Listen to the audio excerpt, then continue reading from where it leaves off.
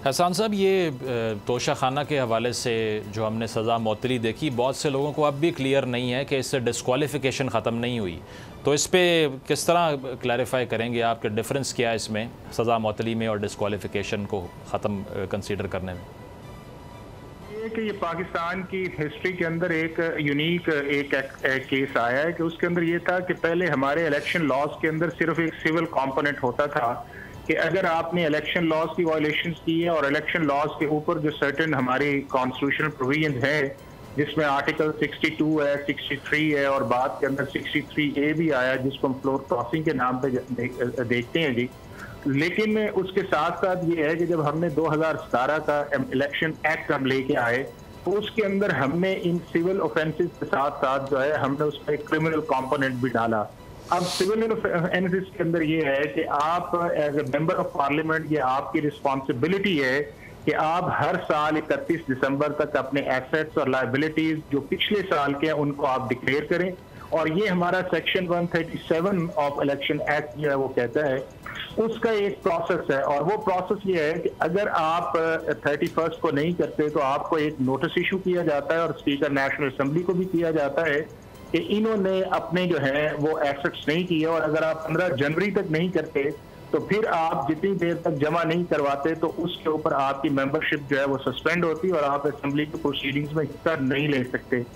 उसके साथ ये है कि जो आपने एसेट्स की लायबिलिटीज जो है अगर आप डिक्लेयर कर देते हैं अंडर द इलेक्शन एक्ट के और अगर वो आपका फॉल्स डिक्लेरेशन आता है उस चीज के अंदर तो फिर एक कॉन्सिक्वेंस 167 का इलेक्शन एक्ट का जो करप्ट प्रैक्टिस है। अब इस केस के अंदर हुआ ये है कि जब 2018-19 के अंदर फॉर्मर प्राइम मिनिस्टर ने अपने गिफ्ट जो थे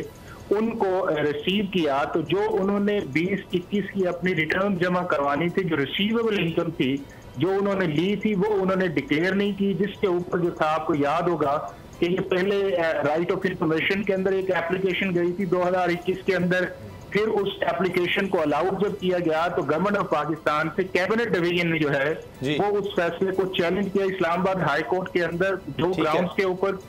और फिर फाइनली जो है मैं थोड़ा सा जल्दी से उसकी तरफ आता हूँ। और जब ये मामला जो है पीडीएम की गवर्नमेंट आई तो उनके जो पार्लियामेंटेरियंस थे उन्होंने एक रेफरेंस बनाया, वो रेफरेंस स्पीकर के पास गया, स्पीकर से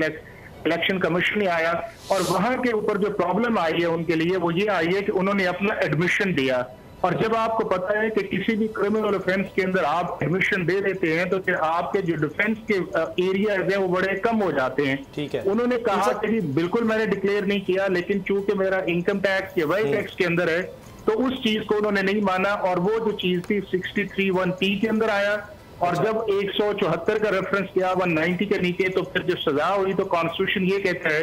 कि अगर आपकी 2 साल से ज्यादा है तो आपको 5 साल के लिए डिस्क्वालीफाई कर देंगे। अब अगर इन सारी चीजों को पढ़ा जाए तो जो 21 अक्टूबर का फैसला है वो आज भी इस्लामाबाद हाई कोर्ट के अंदर पेंडिंग है, उसके ऊपर कोई प्रोसीडिंग्स नहीं हुई। अच्छा, अब ये फैसला आ गया तो इन दोनों सूरतों के अंदर अगर सस्पेंशन आपकी है तो कन्विक्शन खत्म नहीं होती और जब तक कन्विक्शन आपकी एक्विटल में नहीं आएगी आप डिस्क्वालीफाई रहेंगे और सुप्रीम कोर्ट की इसके ऊपर जजमेंट्स भी आ चुकी हैं। सही है, यानी वो 5 साल के लिए डिस्क्वालीफाइड है आपकी नजर में जब तक ये तरीक इंसाफ के चेयरमैन।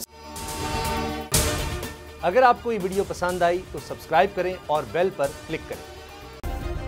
सब्सक्राइब करें और बेल दबाएं ताकि कोई खबर रह न जाए।